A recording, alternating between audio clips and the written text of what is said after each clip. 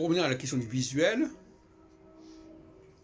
il faut faire parallèle à la question des synonymes.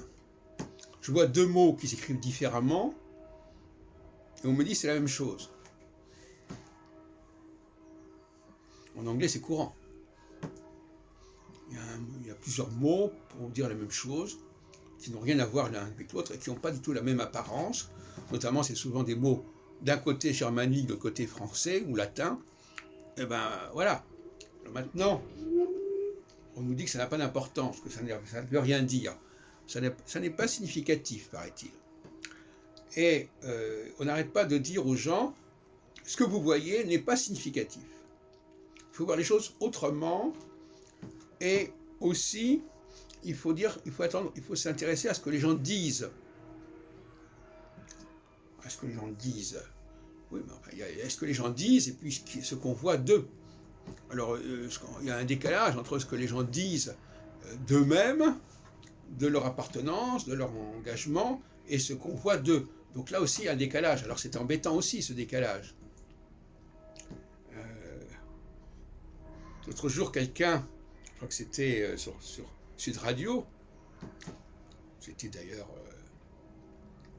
voilà, il disait, moi j'ai des amis qui sont très différents physiquement, parce que le mot visuel c'est aussi physique, mais ils sont, pour moi, ce sont des Français comme moi.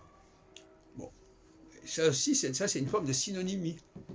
C'est une façon d'affirmer que des choses qui sont clairement et visiblement, c'est le cas de le dire, différentes, ne sont qu'une seule et même chose. Ça, c'est quelque chose qui fait problème pour notre psychisme, qui empoisonne notre psychisme, qui le perturbe, qui l'égare. D'autant plus que souvent, il n'y a pas de définition. Quand on dit que par exemple les gens sont français comme moi, qu'est-ce que c'est qu'être français? Comme moi, qui suis-je moi? Donc finalement, on vit dans un monde extrêmement confus, extrêmement vague, extrêmement flou, où on essaye de créer des liens et des similitudes. Là, il n'y en a pas. Même, par exemple, Zemmour, lui, il est contre le visuel. Il est pour la parole. Donc, il y a une opposition. Il dit pour la parole. Il dit, voilà, ces gens-là doivent s'assimiler, bon, par leur parole, par leur engagement, par leur déclaration, par leur profession de foi, etc. Et puis, bon, que leur visuel soit différent n'est pas important. Et en ce sens-là, je dirais que aujourd'hui, il y a un plafond à ce niveau-là. Pour moi, aujourd'hui, il y a un tabou sur le visuel. À telle enseigne qu'on pourrait dire que le visuel, c'est vraiment l'extrême droite.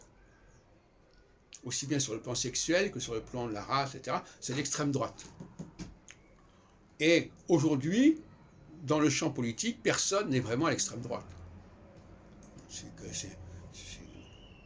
Quand Zemmour parle d'assimilation et de respecter les valeurs de la République, c'est pas un extrême droite, ça.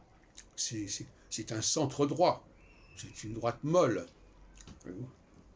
Et moi, je vois émerger une droite dure pour les prochaines élections, les prochaines décennies, etc., à côté de laquelle ce qu'on appelle aujourd'hui d'extrême droite apparaît comme quelque chose de très mou. Hein. Donc tout est relatif. À mon avis, aujourd'hui, il n'y a pas de discours d'extrême droite. Ça a disparu. De même qu'aujourd'hui, on n'a pas à parler de visuel. Hein. Ça, c'est interdit, le visuel.